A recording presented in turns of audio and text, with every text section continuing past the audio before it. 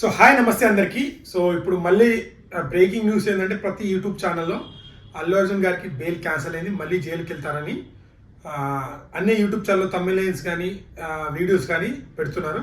So దానికి main reason ఏంటంటే తెలంగాణ ఇప్పుడు చాలామంది మాట్లాడుతుంది ఏంటంటే తెలంగాణలో పోలీసులు అల్లు అర్జున్ వస్తున్నాడని ఇన్ఫర్మేషన్ తెలిసి సో అక్కడ భద్రత వాళ్ళు ఇవ్వలేకపోయారు అని చెప్తున్నారు. సో లాయర్ గారు నిరంజన్ గారు మాట్లాడింది ఏంటంటే అల్లు అర్జున్ గారు ఫస్ట్ ఫ్లోర్లో ఉంటే సినిమా చూస్తుంటే భద్రత ఇవ్వాల్సిన పోలీసు వాళ్ళు కింద ఫస్ట్ ఫ్లోర్లో ఉండాల్సింది సెకండ్ ఫ్లోర్లో ఉన్నారు, వాళ్ళు అల్లు అర్జున్తో ఉన్నారు అని అక్కడ డిఫెండ్ చేయడం జరిగింది. సో దానివల్ల బెయిల్ కూడా రావడం జరిగింది. సో